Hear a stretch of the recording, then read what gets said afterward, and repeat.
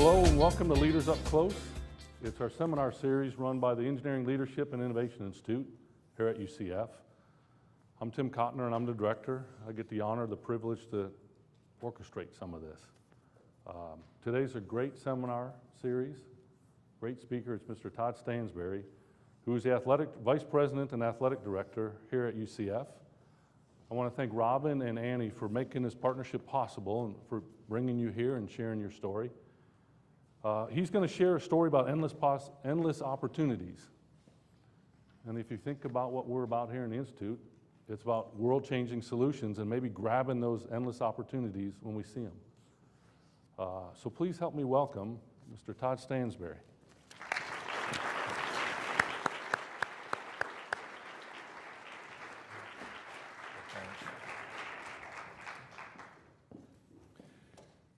Well, I really appreciate this opportunity because this is one of the things that actually makes my job fun, and that is meeting with students and who, like y'all, how many engineering students do we have in here? I know there's some others, and I might as well get it out there right out of the bat. The reason I leapt at this opportunity is because, in my opinion, the engineering degree, regardless of what you're going to do with your life, leaves all the doors open. And it is one of those degrees that will test you to the max, and regardless of what field you decide to ultimately pursue, people are going to know what you're made of. And there's a lot in common with, I like to say, all things equal, you pick a student athlete every time because you know what they're made of. And so I thought what I'd do is just start with, we came up with the title Endless Possibilities because my story and kind of how I got here is, it's pretty remarkable when I think about where I started. And I grew up in Oakville, Ontario, just outside of Toronto, literally on Lake Ontario. My house was across the street from the lake. And neither of my parents graduated from high school, and I'm the oldest in my family. So a lot of times we talk about first-generation college students. I was a first-generation high school student. And so college and going to college and all the things that go with it was not a main topic of conversation around my kitchen table growing up. My dad was a cop, and so I knew all about what was going on in the town that I grew up in.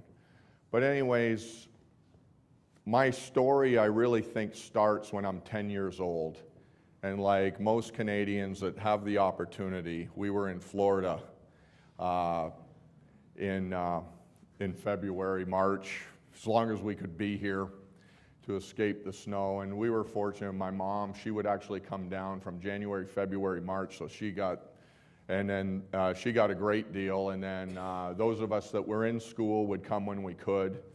And those that weren't in school, my younger brother and sister, were able to come with her for those 3 months. And it was on one of those trips that we happened to be staying at the same place as the Georgia Tech football team, or a number of members that were there for, must have been either their reading week or spring break. I can't quite figure out, when I think back on it, how they were able to take a week off and go to Daytona Beach for a week, but they did. And then in there, I decided that's what I want to do when I grow up. I want to be a football player at Georgia Tech, because these guys were bigger than life. They were running the place and having obviously a great time, and they became my role models. They became, at age 10, that is what I decided I want to do. It didn't matter that I was in Canada. I not only had never played the game, but wouldn't have an opportunity to play it till I got to high school, because there was no Little League or any of that kind of Pop Warner or anything like that. I was a hockey player, like everybody in Canada, right? You're a hockey player. So, but that's what I had decided I was going to do, and and I didn't. So when I got, actually, I was playing hockey at the highest level. So age group all throughout, I played against Wayne Gretzky. So I was playing in a league that was the highest level. But when I got to high school, instead of trying to go into the OHL, which is a minor league system, I quit hockey and started playing football. My big problem was I was 5'2", 127 pounds. And they gave me number 65 and put me at cornerback, which that number made me an actual illegal player. And so not only was I not going to start, I wasn't getting anywhere close to the field.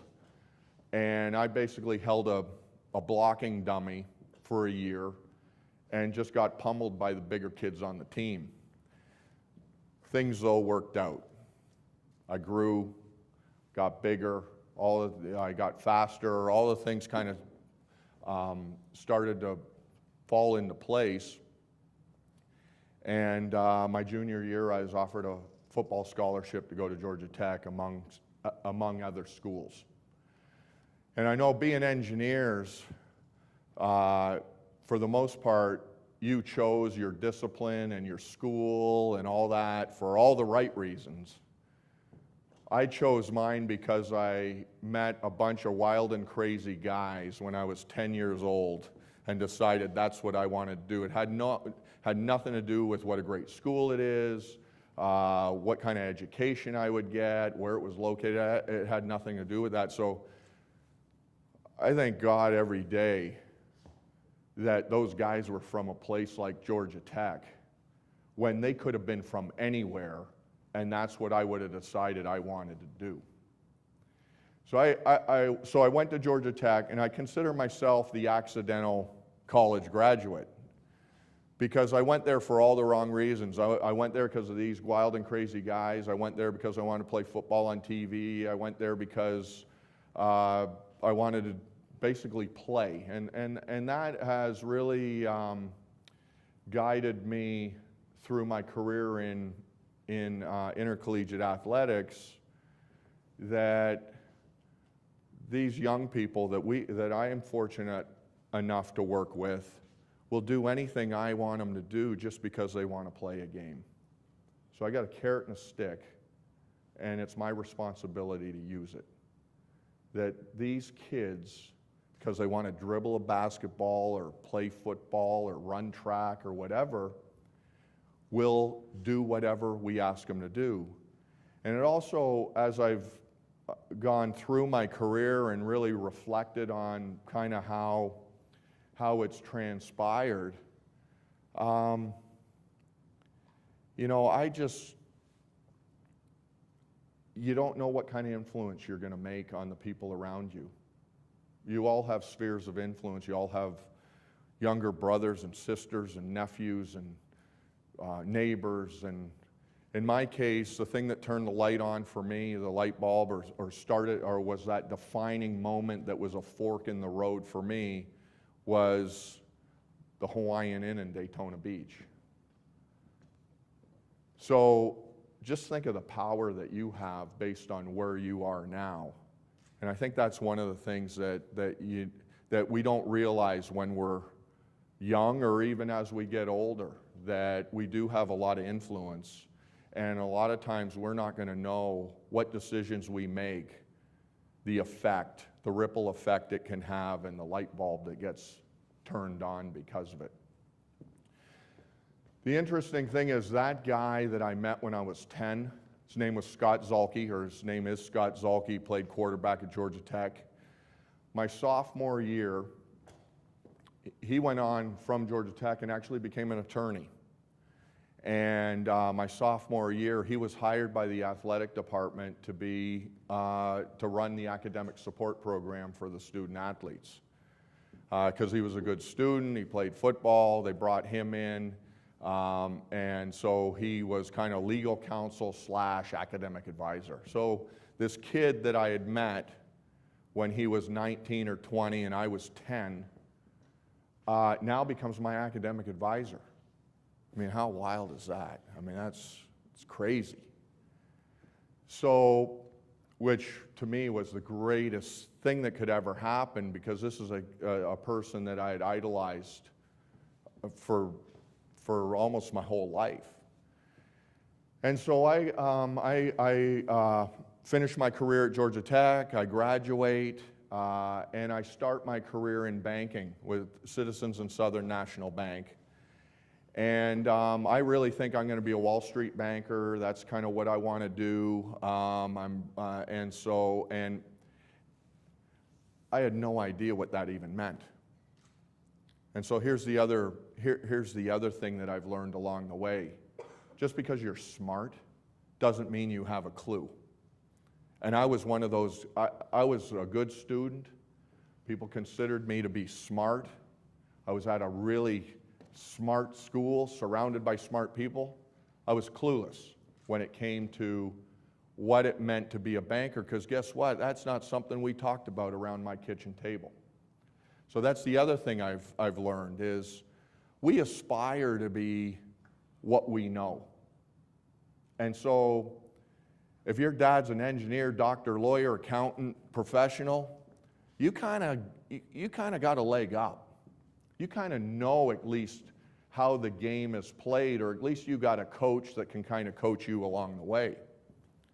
If you're a first-generation college kid, and that's not your background, then you need help, whether you know it or not. And unfortunately, if you're first generation like I am, you don't even know you need help, because I did everything I was asked to do. I got good grades, I went to class, I did all the things I was supposed to do, I played football, and I thought, guess what? Hey, I've graduated from Georgia Tech, great GPA, played football, had a great career. I wish it was better, but obviously I played outside linebacker, and you can tell I'm not exactly the biggest guy around. So I went to work for C&S Bank, and I got that opportunity through my head coach, Bill Curry, makes a call to some VP. They call me in, I get an interview, smart guy, I interview well, I get the job. I was technically sound. I could break down a financial statement, I could do whatever I needed to do as far as being a banker. 2 weeks into the job, I get a call from, or I get called into my manager's office, and he says, Todd, you're doing a great job, but we need you to do 3 things. We need you to cut your hair, buy some white shirts, and change your shoes. I didn't know how the game was played. I didn't know about if you're working for a very conservative southern bank in Atlanta, Georgia, you couldn't wear a mullet. I didn't realize that I was wearing those saddle shoes. I didn't even know what wingtips were, let alone I was supposed to be wearing them. And so that's the other thing that really has resonated with me throughout my career, especially in working in athletics, where it doesn't matter who your dad is. It doesn't even matter if you have a dad. It all mattered. I got into Georgia Tech while I was a decent student. It was my 40 time that got me in there, not my SAT score. But I realized that depending on where you come from dictates what you know, and dictates whether you know how this game is played or not. In my case, I had no clue. I learned pretty quick, though. Cut my hair to say maybe a quarter mullet. I didn't quite give it up totally. And bought some white shirts, which I still wear today. Not the same shirt, of course, but I still show up every day for work in a white shirt, because you know what? I'm colorblind in a lot of ways, and it's easy to match up a white shirt with any kind of tie you want to wear. So I still wear the white shirt, and while I no longer wear wingtips, I got it down. I got it figured out. And I really credit, how many managers, I was fortunate. He called me in and told me what I was doing wrong. there's probably a lot of people that just let you go right off the cliff. And I was very fortunate that that didn't happen to me. 2 years into my banking career, and I was on the fast track after I got the right shoes, right shirt, right haircut. Sounds like a Kenny Chesney song. And Scott Zulke, who is the assistant AD for academic support at Georgia Tech, calls me and says, "Todd, you want my job? I'm going to LA to pursue my legal career full-time." He's an entertainment lawyer. And I just wanted to know whether you would be interested. You kidding me? I'd never thought about athletics as a career before, but all of a sudden this guy that I met when I was 10 on a beach in Florida, I not only end up at Georgia Tech because of him, now I'm totally shifting gears and changing my career because it actually sounded a lot more fun than what I was doing. So, two points I'd like to make. One is the incredible power of your network. You never know where your opportunities are going to come from or who's going to provide them for you. I mean, you think of now, and you're at a world-class institution, you got world-class faculty, you've got an incredible opportunity to meet people that are going to open up a lot of doors and provide a lot of influence for you for your entire careers. I mean, that seems pretty straightforward. In my case, my defining moment and my mentor and the person that opened the doors for me was a 20-year-old kid that played football on the Georgia Tech football team. And I can trace my whole career to that moment when I met this guy and I was 10 years old. So that's the other part of it. You don't know who's related to who. Maybe the person that's cleaning your dormitory room. It may be the person that you meet through your various clubs, your organizations. It's going to be the people that you're sitting beside right now. Because a lot of times we focus so much on who's in the front of the room, we lose sight of who's sitting beside us in the room. And I just look at my own career and where my teammates are now and what they're doing and how fortunate I was to be at a place like that, rubbing elbows with people at the time that weren't exactly geniuses. I mean, some of these guys were total goofballs, and now they're presidents of corporations. And that's going to happen here too. So there's two lessons there. One, make sure you network with, and it needs to be, and it's not a collection of Facebook friends or LinkedIn connections. It's really knowing people. It's really knowing them, and it's not who can collect the most business cards. And it also doesn't matter what the title on that business card is or whether they even have a business card. Because at the end of the day, the network is about having really good relationships with people, being trustworthy, having good judgment, and so that someday down the road, you may not even know this, but somebody may say, "Hey, didn't you go to UCF? Weren't you in engineering in 2013? I'm interviewing, or I'm talking to, or I'm looking at so-and-so." And if that is a close friend, confidant, somebody that they trust, and it comes back positive, even though they may not have seen you in 10, 15, 20 years, but they know you, they know what you were made of when you were a student, that'll go so much farther than a bunch of recommendation letters from people that barely know you. Happens in athletics. Athletics is a very small community, and it happens all the time. An example of that is, okay, I've got 500 student athletes a year. So do I know them all? No. Would I love to know them all? Unfortunately, the higher you get, it's harder to do. When I was the academic advisor to the football team, I knew them all. AD, I don't know them all. But I get an email yesterday from Shaw Industries. VP down there, one of my teammates, looking for 2 candidates in their corporate sales division.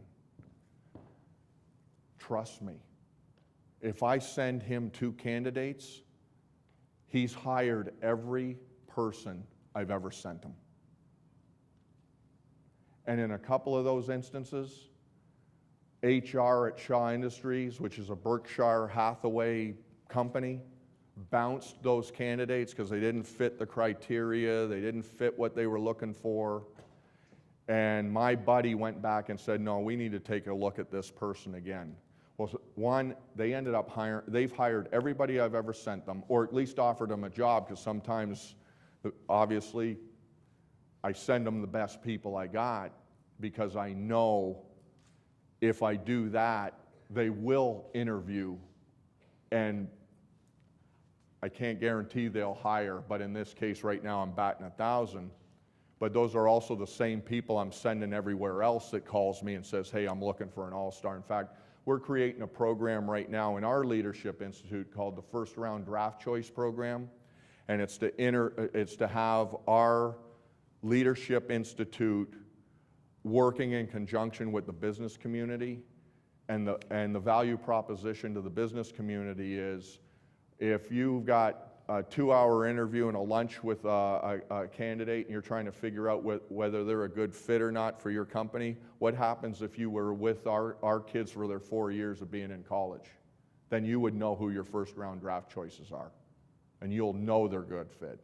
So that's what we're working with and working on in our program. But the 2 kids, because they're in Arizona, so the 2 candidates I've sent him are at Oregon State, where I just came from. Better fit, it'll work better. I worry about somebody moving from Florida to Phoenix, not knowing what they're getting into. But I've got these all-star kids at a place I used to be at that I've recommended for those jobs. They don't even know it. They don't even know they've been recommended for a job. And I've actually done that with student athletes that have no idea that they've been recommended or I've put their name in, and that happens all the time. And so that's why treating people with respect and always being on your A game, and I mean being honest, having good judgment, because you know what? 20 years from now, people that you went to class with or friends with right now are going to have the same perception of you 20 years from now that they have right now. So I have teammates that I will go to battle with, but I can't hire. And they may have, I mean, that was 20 years ago. I mean, actually it's longer than that, which is kind of scary. But my perception of them is what they were as 22-year-old kids when we were idiots together.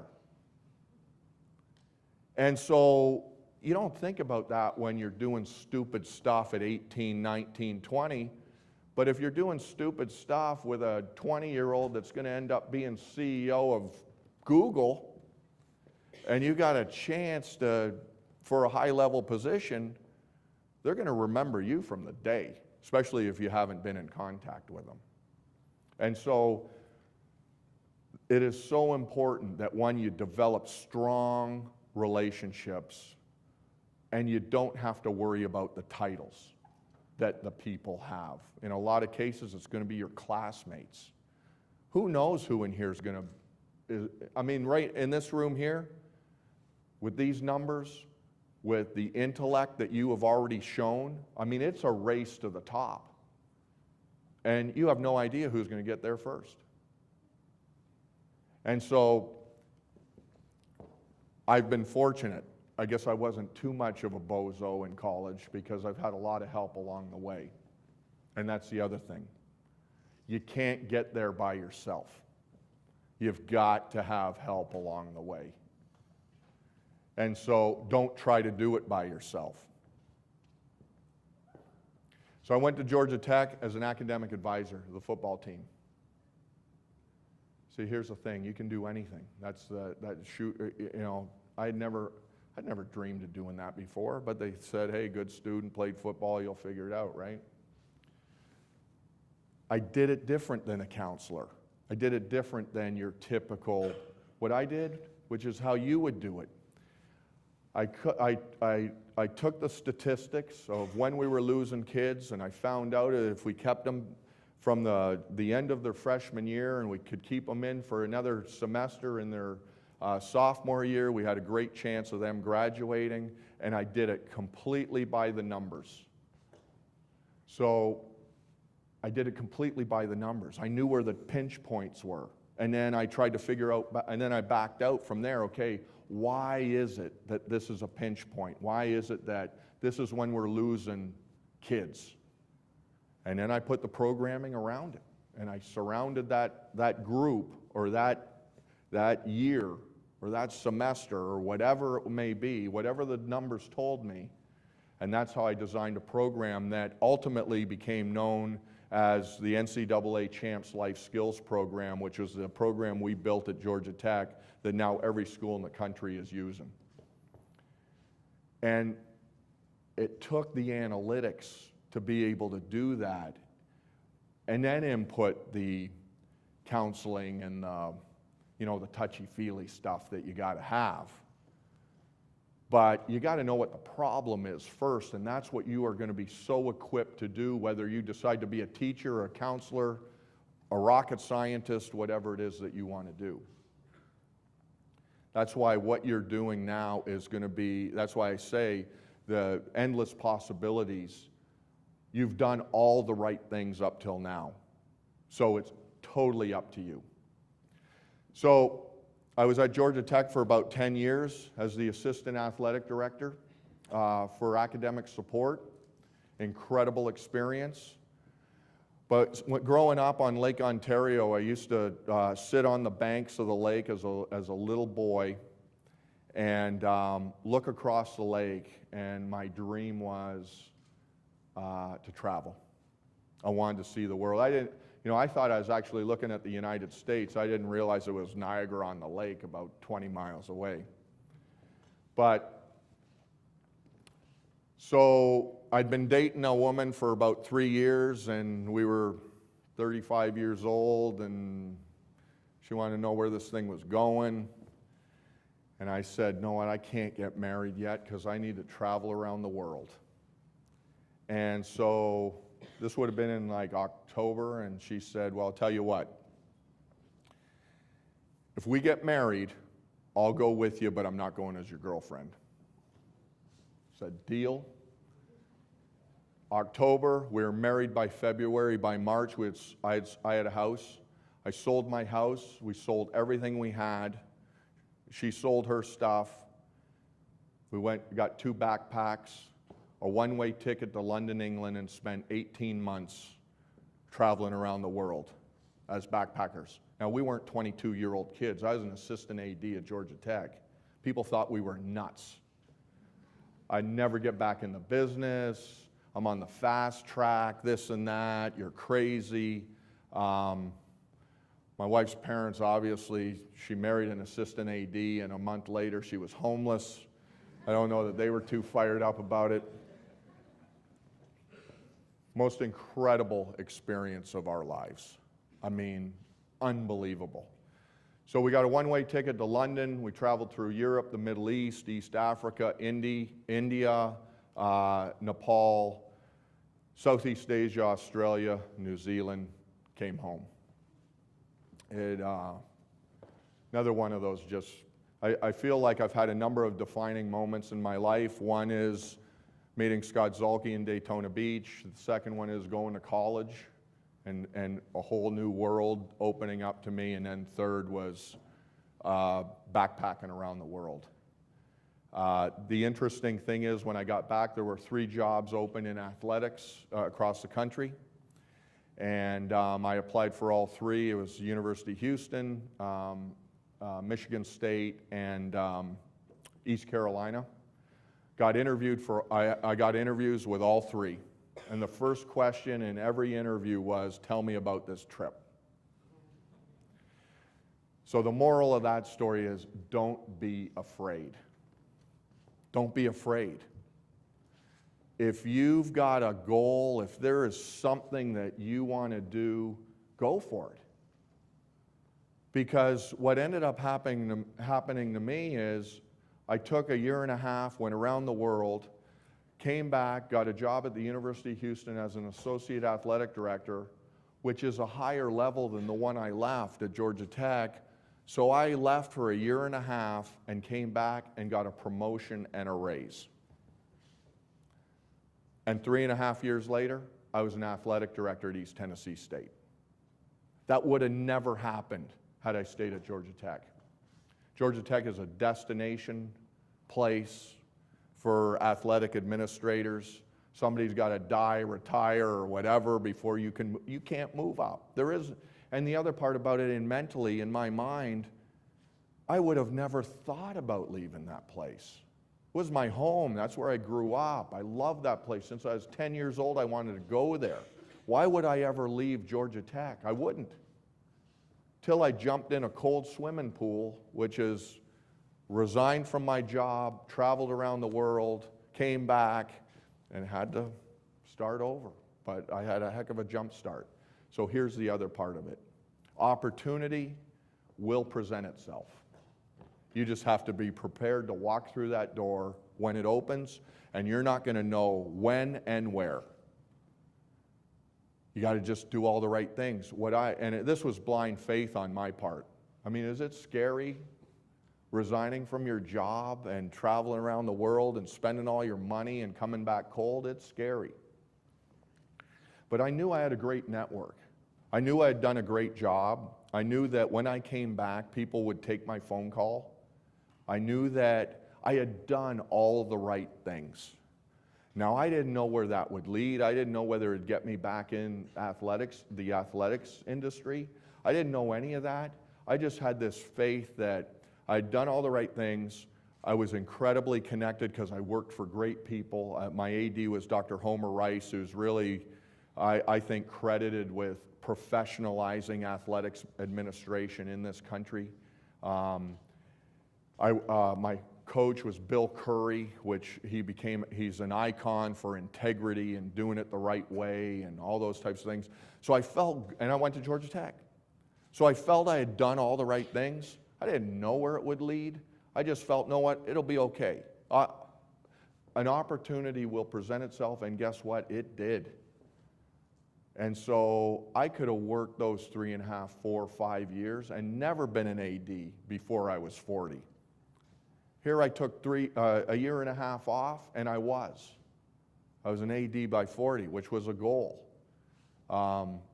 But leaving Georgia Tech opened up a whole world. Just like going to Georgia Tech opened up a whole new world, leaving it opened up a whole new world. So don't be afraid. Also, do something you're passionate about. Don't worry about the money. When I went from banking to athletics, I took an incredible pay cut.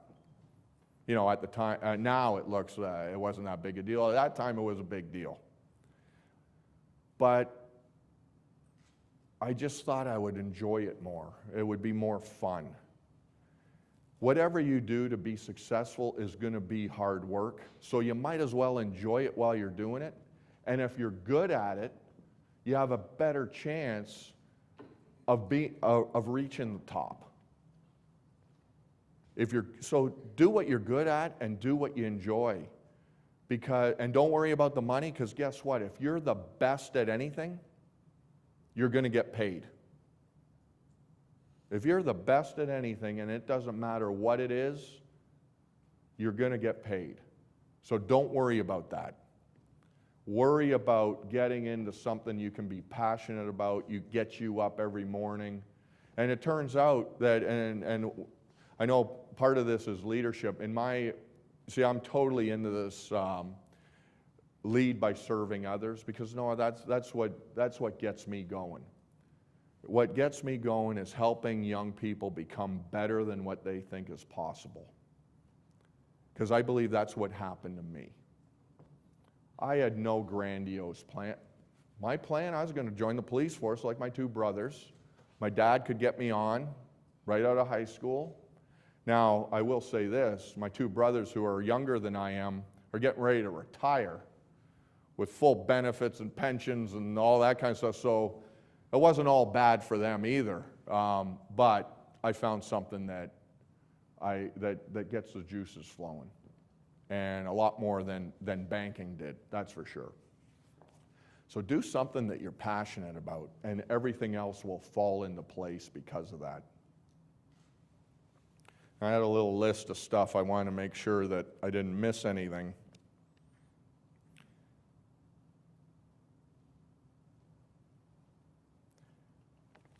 I guess the last thing I just want to point out is the key points. Dream big and don't underestimate what you're capable of doing. And the only difference between a dream and a goal is that you put a plan to the dream. So far, you have done all the right things. You're at the right place. You have not eliminated any opportunity because of where you are today and what discipline you have decided to study. You're going to come up to a lot of forks in the road, and that's why being passionate, having a great network, and using your time here to expand that network with really, really quality people that are going to provide incredible opportunities to you in the future that you have no idea. So at the end of it, prepare yourself for those incredible opportunities, and don't worry so much about where they're going to come from, because they will come. Thank you.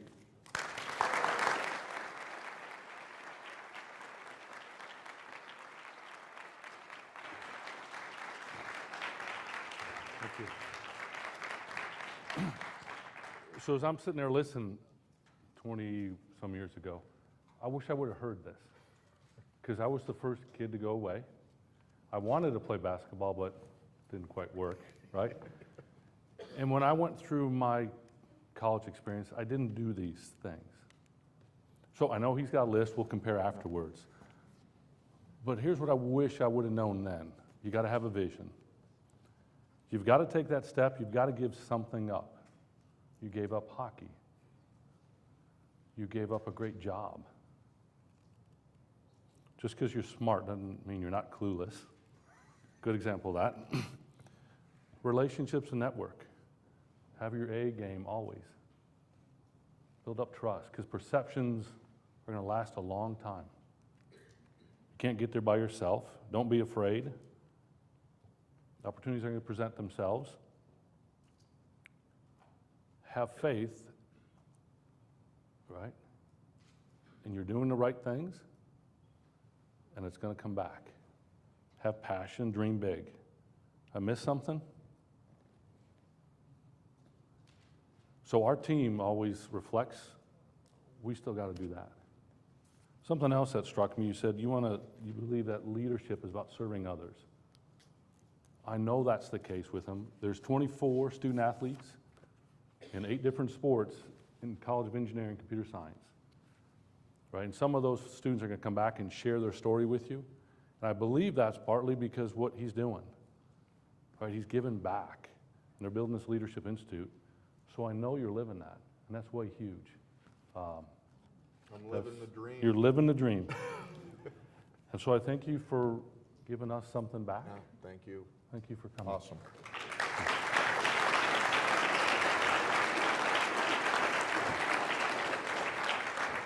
So what we'll do is we'll do the Q&A session. If you want to just walk up to the mic, and we'll just start interacting, and this way we make sure everyone gets to hear his responses, right?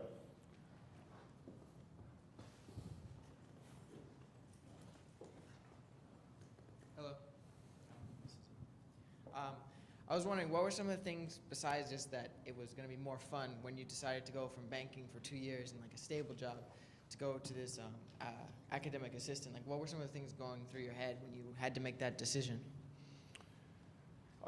Actually, a couple of the hardest part about making that decision was it was obvious that I was the opportunity to get it back into athletics and actually do that as a career, because as a student athlete, when you think of a career in athletics, you think about being a coach. And that really wasn't something I was interested in. Just the fact that I was being introduced to that you could actually make a career out of athletics, athletic administration. But the toughest thing for me to get over was I was coming from a banking background where it's all about time, and you know, after 3 years you're an officer, and after 5 years you're an AVP, and then you become a VP, and then senior VP, and then divisional president, whatever. And it's very mapped out that if you do this, this is what happens.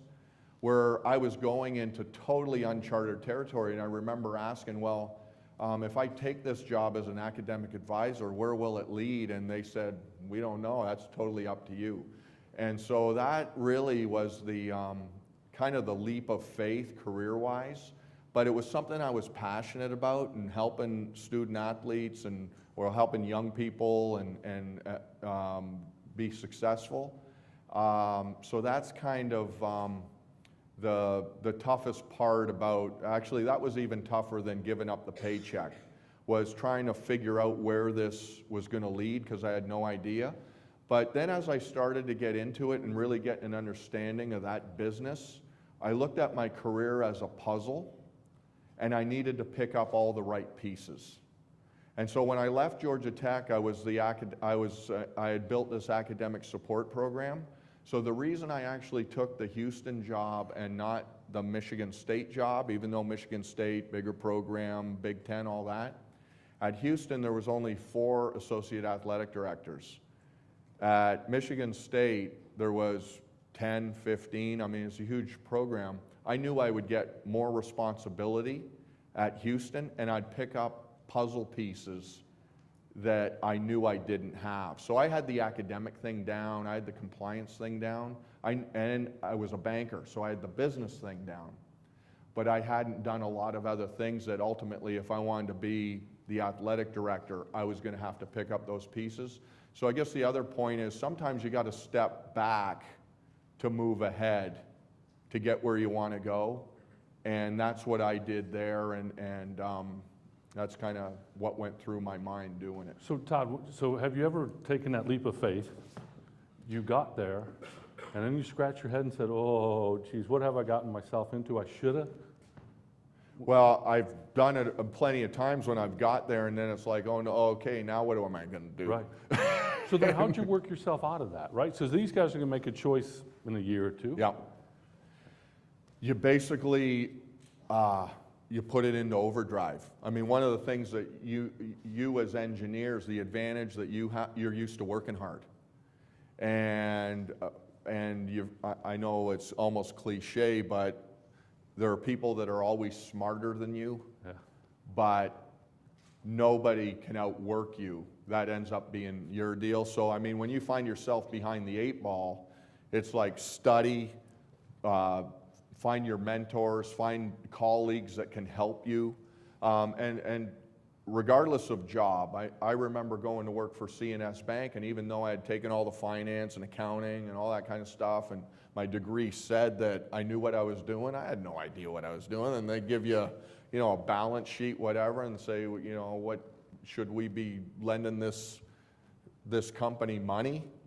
And I had to go from books, what I'd learned and taken tests, and actually start to apply it, and there's actual real money involved. It's scary.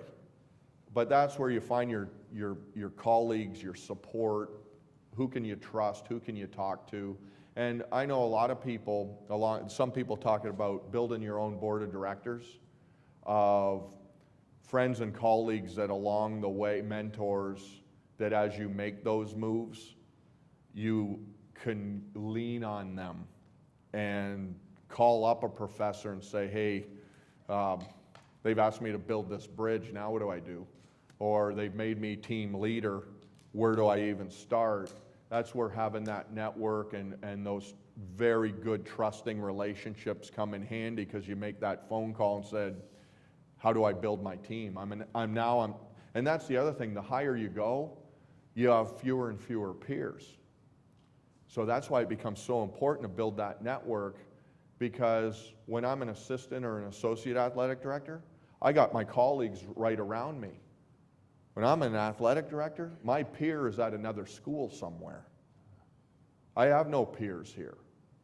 And so that's where the other part of it is, as you're building and building your network, you're also building those confidants that as you move up and you do find yourself in a position where you're way over your head or out of your league, who are you going to call that's going to help you get there? Because the thing is, you got the job because you're qualified. In a lot of cases, especially starting out, you're going to get the job. I got the job like you'll get the job. They trust your degree. They trust they know what that means, because they don't really know you. But they're going off the brand. And some brands are better than others, and you're fortunate. So that first job, you are going to feel like you're totally over your head. But you can learn it. You're qualified to be there, and you're just going to have to pull some all-nighters and do what you've been doing. So in this board of directors, this mentorship, again, in a year, do they just need to sit at the desk and hope a mentor comes up? Who owns that process? You own it. I mean, obviously, there may be people that, so who are my mentors? They're people that obviously I have developed it's a reciprocal relationship. I mean, it would be great if I had the AD at Michigan was one of my mentors, but I don't know that person. And if I linked him LinkedIn, know what? He may accept my LinkedIn link, but that's not somebody I'm just going to call up and say, hey, what do you think I need to do? Because I don't know that person. And so right now it's going to be, and you don't know where everybody's going to grow, but who do you connect with, and who are in positions that have knowledge of things that you aspire to be or do. And so you're going to start off with faculty and friends and friends of your parents, people that you have a relationship with, but as you evolve in your career, that will then start to include colleagues that maybe you worked with and then go to another company or those types of things. So that thing is continually evolving. And you're picking up people along the way. And the great thing about athletics is I can actually find, I would say, every person I've ever worked with within 48 hours. And that would have been even prior to the internet, because it's such a tight community. And so that's the cool thing about what we do. But building that board of directors or that advisory board is something that you need to be doing all along the way. I remember when I got back from my trip and I've got these job offers, and my brother-in-law, who is an entrepreneur, knew nothing about athletics, but was on my board of directors, on my advisory board. I needed him just to walk me through the process and him just to ask me the questions. I go, I got 2 jobs. You know, when it rains, it pours. You don't got a job, then you got more than you can handle, right? And he walked me through, and all he was doing was having me answer my own questions. Yep. But I trusted him. And so you need those kind of people around you. So just last 2 weeks, I got a new person on my board of directors. Didn't know me until 2 weeks ago. But it was that sanity check, and just the question and dig down a little bit deeper. It's a cool thing. So, some people you just have a connection with right away. Yeah. I mean, it just works. Is there another question? Hey, you may maybe hop on the mic just so make sure we can.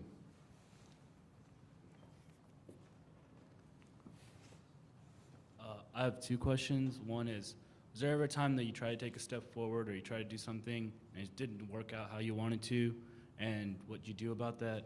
And my second question is, what was your 40 time? Okay.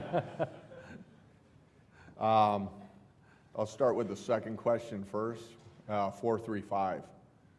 So that's how a Canadian kid gets a scholarship pretty easily. But yeah, I mean, the thing is, if you're always pushing the envelope, there's a lot of things that you do that aren't going to work, or that you would like to work faster, and a lot of it is making sure, well, there's a couple of things, but the first thing is that your plan that you try not to use, I guess to use football as a metaphor, not to outkick your coverage. And that means not to make it such a leap that it's a total flyer. And really base where you're trying to go on sound principles. Even knowing you could do everything right, and it still may not work. But I think as engineers and entrepreneurs, that just becomes part of it. And I heard Dean Jarley talk this morning at the College of Business thing downtown, and he said that in the College of Business they're actually having a failure competition, because basically to be successful you got to fail first. And I'd say some of the things that it's funny, the thing is we all fail, but one of the great things about being an athlete is you get over it real quick and you just move on to the next play. And I think that's what you also have to do in business. I mean, you learn from it, but I'll give you probably one of those defining, and I don't know if it was a failure, but it was early in my career in academics, which is one of those moments where you want to find a place to hide. And unfortunately in athletics you can't hide. But as a new academic advisor, it was August, and the press was hammering us about, was everybody eligible? And we had some kids that weren't yet, but they were doing papers, they were doing some things that were going to change their status, but I could not really say what was going on for privacy reasons, whatever. And I wasn't used to dealing with the press, and I just had never been in a position like that. And what happened was, I said the reason that a certain student athlete wasn't eligible yet was that the grades hadn't been turned in, and I gave up a professor's name. And that professor's name ended up in the paper, and that was not true. Holy smokes. So it wasn't a call, I was on the doorstep of that professor's office at 6 o'clock in the morning, waiting for him to get there. And I had to go see the dean, and then I went and saw everybody else I could see to just say, how sorry I was. But the thing that hit me the most was my athletic director at the time, Homer Rice, which I didn't know until later, actually had to write an apology to the dean, the professor, everybody else associated with, the president of the university, and he never said a word to me. And that, when you talk about what kind of leader you want to be, and manager, and how devoted do you think I was to that guy after that episode? And years later, as an athletic director, I had one of our directors of marketing, actually, you know how you have these free throw contests at halftime, and if you sink it, you get a car or whatever? Well, I had a young guy that was in charge of marketing that didn't buy the insurance policy, and we actually had somebody sink it. So which meant we had to pay for it, and of course I had no money to do that. And he was ready to take a loan out and pay for it himself and the whole bit, but it took me back to when I was in that position. And it's not only a one-on-one situation, everybody else is looking to see what you're going to do. And so in my case, I just, basically told them not to worry about it, we'd figure it out. And, we eventually found a way to deal with it. But I could just have easily blown them up, fired them, done all these different options that I had. But I remembered when I was in that position and the effect it had on me, because the athletic director, he didn't even say, don't worry about it. He didn't say anything, yet I knew he was out on a limb out there protecting me. And so that's, I learned a big management leadership lesson by going through that experience. Real quick, I know some have to go to class, so we'll follow up. We'll continue the dialogue afterwards, but one last time, thank you. Yeah.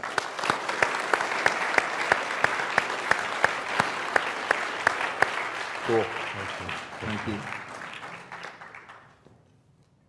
They don't want to go to class. This is even better. This is cool.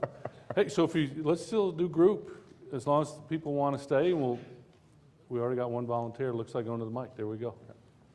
Hi, great talk. I was especially inspired by your success after going out on a limb and following through with your dream to travel. That's impressive. And I'd like to know, which country do you find most enjoyable, or whatever? What did you have the best experience in? Sure. I would say there's a couple of them, and all for different reasons, but Sure. East Africa was just totally amazing. Yeah?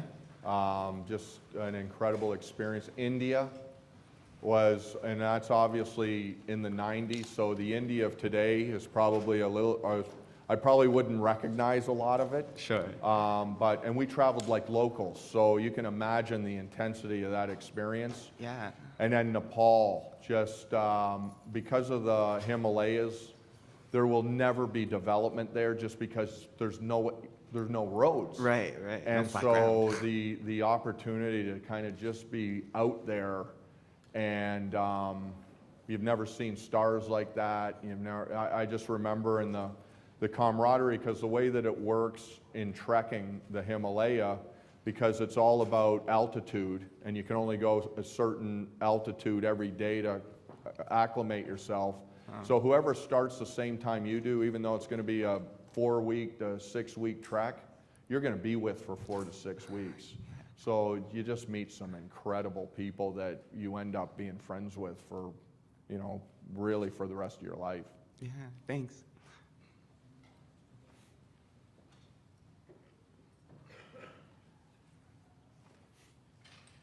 All right, this is 2 questions. Number 1, which position did you play when you played football for Georgia Tech? And 2, what was the most important lessons that you learned from playing football that you took over to your professional career? Sure.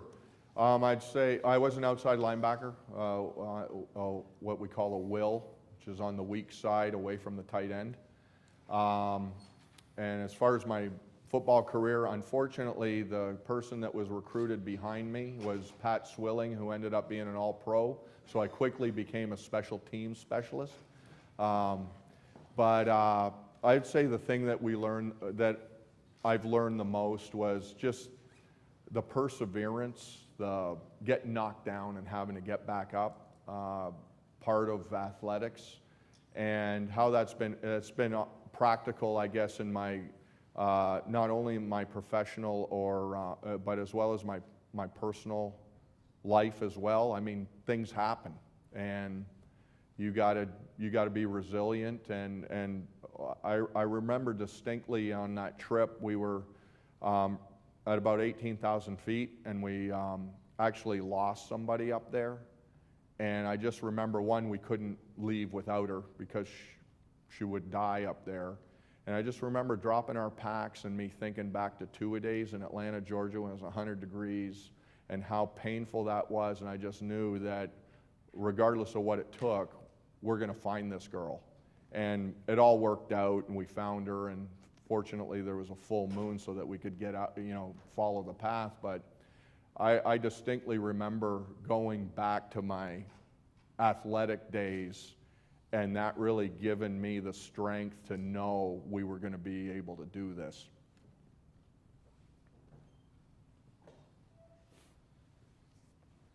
Hi, You have worked in different type of companies. Which would you say in your personal experience was more gratifying, working for a big company with a big team or working for a small company with a smaller program?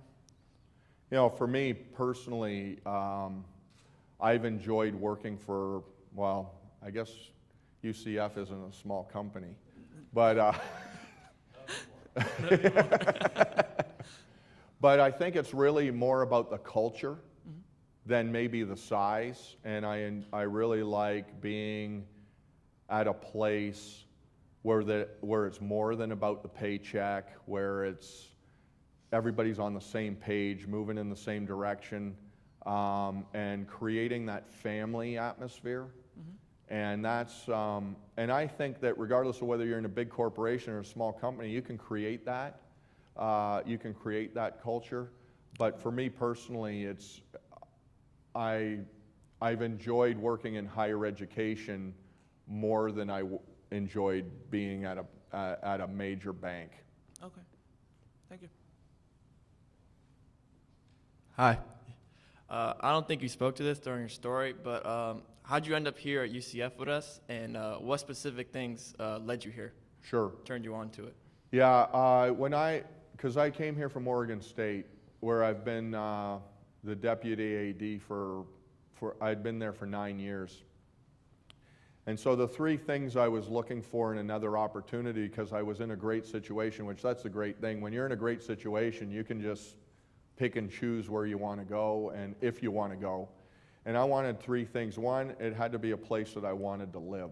And more importantly, a place where my wife would want to live. So whenever a headhunter calls, I'd have to answer that question first. Can I sell this at home? And so obviously Orlando fit the bill there. And then I wanted to be somewhere where we could win. I wanted to feel like we had a chance to win and have a winning program across the board, and so that we could be successful. I wanted to be successful. And I felt like because of UCF, where it's located, the fact that Florida is producing some incredible athletes. In fact, it's Florida, Texas, and California are the three main states that I felt like this was a place that we could be successful. And then the third thing, which is really a direct, really from my own experience, I wanted to be at an institution where there was a place for everybody, that everybody didn't have to be an engineer to be successful.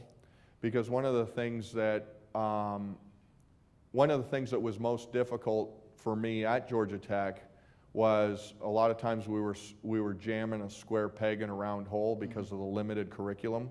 And so regardless of whether you were interested in science and technology and engineering or not, that's what you were doing. And I just saw how painful that was on students that wasn't their niche. And coming from a place like Oregon State, where there is a place for everybody, so you can be an engineer if you want to be, but you don't have to be. I wanted to have that similar situation where the student athlete could have a full experience, be successful, and be a leader on campus. The other part about Georgia Tech, on the best day, and I was a good student, but I looked around, I was just one of many, and my influence beyond athletics was pretty limited in what I could do. But at a school like UCF, leaders can rise to the top, and I wanted to have the opportunity for our student athletes to be able to lead on campus and not just in their sports. One more. When Georgia Tech and UCF play each other, football, basketball, whatever, who do you root for? They won't play us for some reason. But when they if they did. When they do, I'd love to beat them. You know how you always want to beat your brother? Yeah. I mean, that's the deal, you know? Probably want to beat them more than anybody else. Thank you. Except Georgia.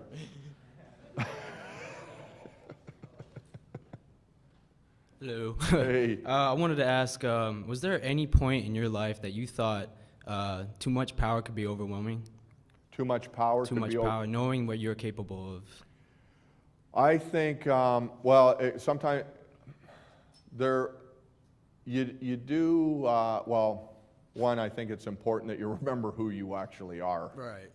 And that you stay grounded and never lose sight of that. I think I don't worry so much about too much power. I think sometimes you look at the responsibility and it's like, whoa. And that's really where putting a great team together comes into play, because if you worry about all the stuff that you're responsible for, I mean, you would never be able to sleep. And so one of the really important things, I think, is building a great executive team that you trust, that have great judgment, that are really, really good, so that you know that they got it. Because there's no way you can have it all. Right. And so I'm not really as concerned about having too much power as how am I going to handle all of this? And of course, we're in under such a microscope that an 18-year-old kid, of which we got 500 18 to 22-year-olds that aren't always going to make all the right decisions, and how something that they do can blow up the whole thing. And so that's where you better have a great team of coaches and just people that are qualified to do what they're doing. All right, thank you. Hello, thank you so much for coming here and speaking to us. I have two questions. One's more of a curiosity. You spoke about how you really don't know how much influence that you can have on someone, so I was wondering if you ever told your athletics advisor that he had that influence on you when you were 10 years old. Yeah, oh yeah, in fact, he was the best man in my wedding. Oh, wow. And he's been a lifelong friend. So, and the other part of the story is my brother, who was only 5 at the time, maybe, yeah, 5, ended up becoming a lawyer because of this guy. And my brother graduated in the top 5% of his class and joined the firm of Heenan Blakey, which was, the senior partner was Pierre Elliott Trudeau, which was one of our former prime ministers. And he took that job because at the time Scott was working for Heenan Blakey. So his effect on our family is pretty remarkable when you consider he's just a punk 20-year-old kid. And my second question is, you just spoke about having a great team and building that together. So what would be the one characteristic that you think a great team needs? The ability to collaborate, and I'd say lack of ego. Can't be somebody, you can't worry about who gets credit. And that's the main thing that I think kind of can screw up teams, is when you've got people that either get siloed, or they want to make sure they get all the credit for whatever it is that they've put into it. And I think selfless would be what I would say is the characteristic you need from your team members. Thank you so much. Hi, I have one question. Like as a college student and kind of just as an American student, what eased your transition from all education to the professional world? Because that's something that really worries me, is going from only knowing education to going to the professional world. I think the thing is the opportunity to, whether it's through internships or just to have, while you're in school,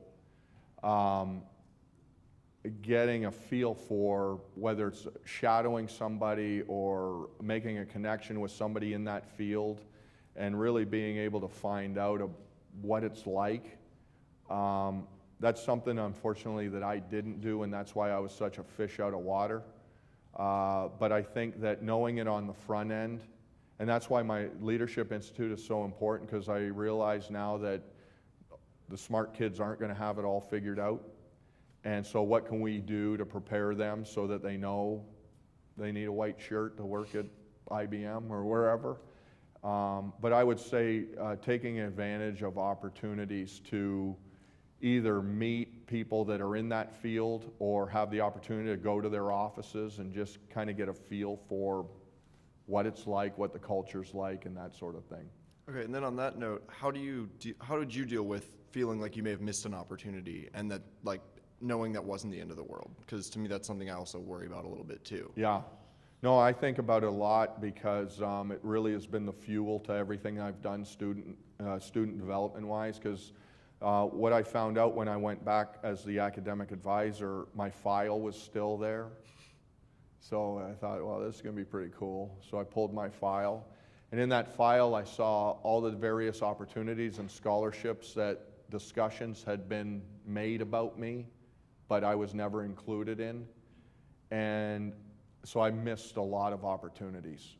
Even though everything worked out, I didn't come out on a fast track because I just didn't know. And I didn't know what grad school was, and I didn't know that I could be a grad assistant, somebody else would pay for it and all those types of things. And so I think about it a lot, and that's really what's led me to create the kind of programming for our student athletes, because we just can't assume that people know. But you can't let it eat you up either. You move on, and because there's going to be another opportunity down the road.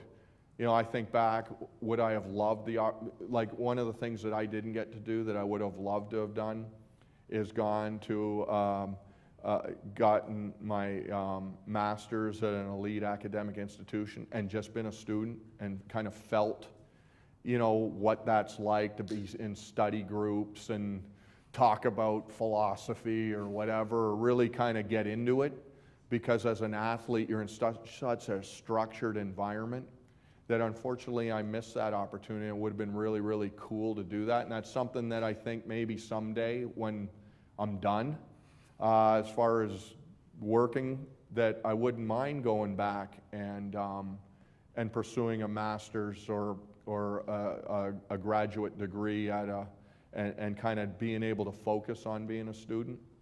But opportunity, you can't let it eat you up, because you know what? Some doors will open and you won't walk in for whatever reason, but there's another door that will open along the way. Thank you.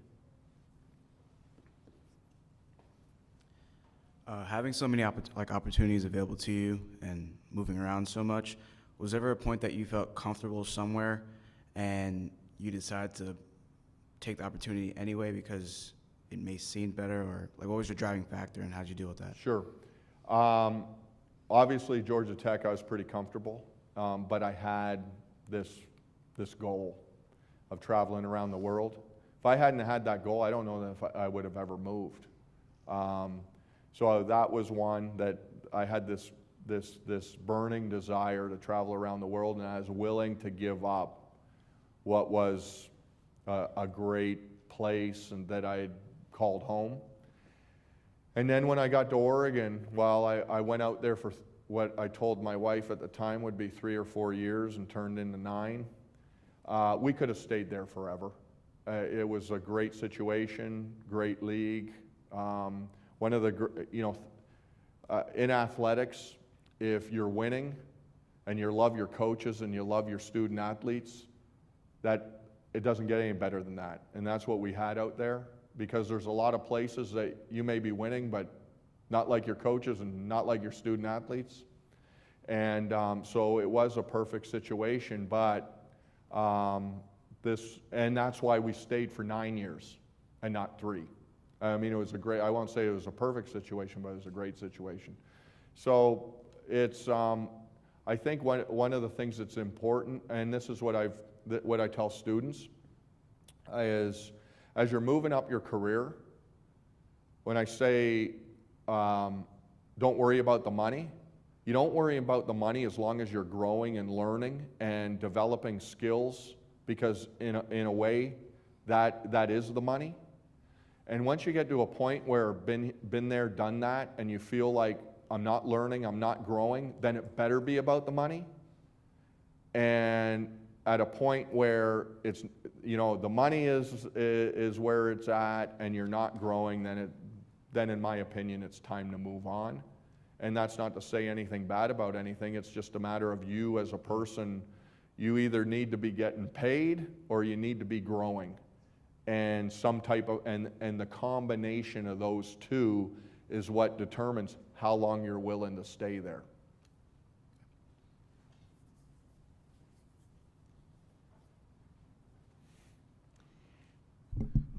Hi, I would like to know, it looks like you had a very supportive family and a very supportive wife, but if you encountered any resistance during your planning, because you said the difference between a goal and a dream is to plan, but you are 10 years old, so when you told your parents about your plans, did you encounter any resistance? Yeah, a lot of resistance, especially because people thought this was a crazy idea. And in fact, my father was totally against it because in his mind, a good job with a pension, what are you going to do with a college degree? Why would you go to college? I got you a job right here with the force with a great pension and benefits. And and in fact, my brother, one of my brothers who is a police officer, is a certifiable genius. And I mean, when I got to be an assistant AD at Georgia Tech, I tried to get him to come there, and I was going to pay for it. My dad talked him out of it because he could get him a job right away, and why would he do that? And this is a guy that, he called me and said, Todd, I don't think I'm going to get into Georgia Tech. I go, why? He goes, well, I only got 1450 on the SAT, and it's out of 1600. I mean, he is a total Goodwill Hunting guy, but anyways. So would you say that you had to make your own decisions and resist that? Yeah, move on? I mean, that's it. You got to believe, and you've got, if you're so passionate about something, you just can't let people get in your way, even if, you know, in my case, it was my own father. And that's, you know, I think that ultimately they end up coming around once you're doing your thing and it's working out and all of that, but not everybody's going to think that your harebrained scheme is a good idea when you lay it out there.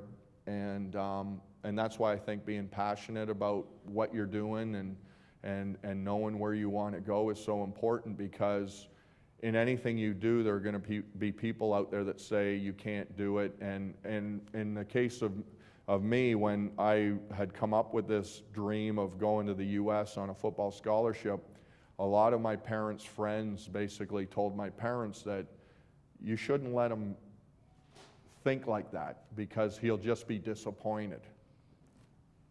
And so you got to have, I guess, strong conviction and not be afraid. Okay, thank you.